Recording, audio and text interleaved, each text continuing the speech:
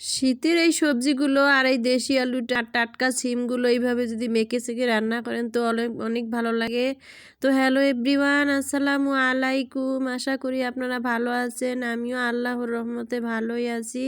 তো আজকে রান্নাবান্না নিয়ে আসলাম সিম আলু দিয়ে ভাজি, দেশি আলু আর হলো ফুলকপি দিয়ে ডালের বড়ি। অনেক ভালো লাগে এই সবজিগুলো, শীতের এই সবজিটা আমরা অপেক্ষায় থাকি যে ডালের বড়ি দিয়ে।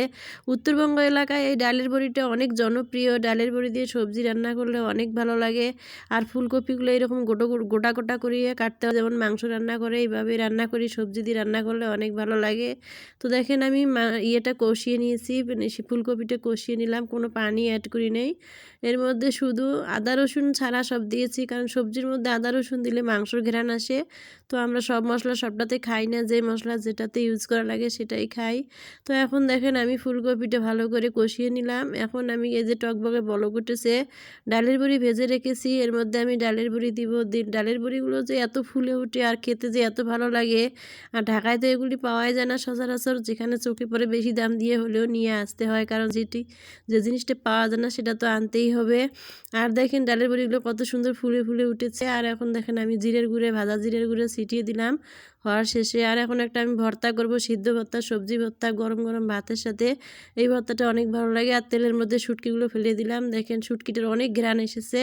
আর এখন দেখেন কাঁচামরিচ রসুন সব কিছু আমি এর মধ্যে দিয়ে একটু ভেজে নিলাম। আর এখন সবজিগুলো দিয়ে দিব, সবজিগুলো দিয়ে দিলাম। এখন দেখেন সব কিছু বেশি মানে কালার করব না, শুধু হলুদ কালার, বেশি একটু হলুদও দিব না, কারণ সবজি সবুজ কালারেই থাকবে, না হলে ভালো লাগে না।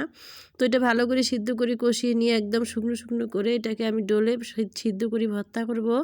তো কারা কারা এই সবজি ভর্তাগুলো পছন্দ করেন জানি না, আমাদের কাছে খুব ভালোই লাগে। সকালবেলায় সবজি ভর্তাগুলো আর ধোয়া উঠে গরম ভাত অনেক ভালোই লাগে গ্রামে। আর আমরা তখন পরোটা খাই, তো যারা গ্রামে ভাত খাইতাম, তো গ্রামে এখন দেখেন সবাই খেতেছে। তো এখন তো আমরা তো থাকি ঢাকায়। আর এখন দেখেন আমি বাটুনির মধ্যে মানে সুন্দর করে এখন দেখেন ডলে নিতেছি, কাঁচামরিচগুলো মানে একদম ইয়ে করতেছি। আর দেখেন হয়ে গেল ভর্তা।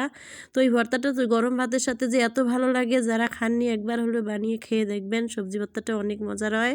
আর এই হলো সিম ভাজি, এখন আমি সিম ভাজি করবো, সব মাখিয়ে মুখিয়ে সব তেল সব কিছু দিয়েছি। এভাবেই মাখিয়ে সবজিটা মানে সিম ভাজিটা করলে, আর এই ছোটো সিমটা একদম চলা চলা থাকে, ভাজিটা করলে অনেক ভালো লাগে।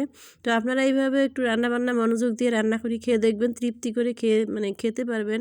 রান্নার মধ্যে অমনোযোগী হলে কখনোই ভালো লাগে না। তো যারা যারা রান্নাবান্না এভাবেই একটু মানে চেষ্টা করবেন যেন ভালো হয়, সবসময় পরিবারের মানুষের জন্য খেয়ে ভালো কয়, তৃপ্তি করে খেতে পারে।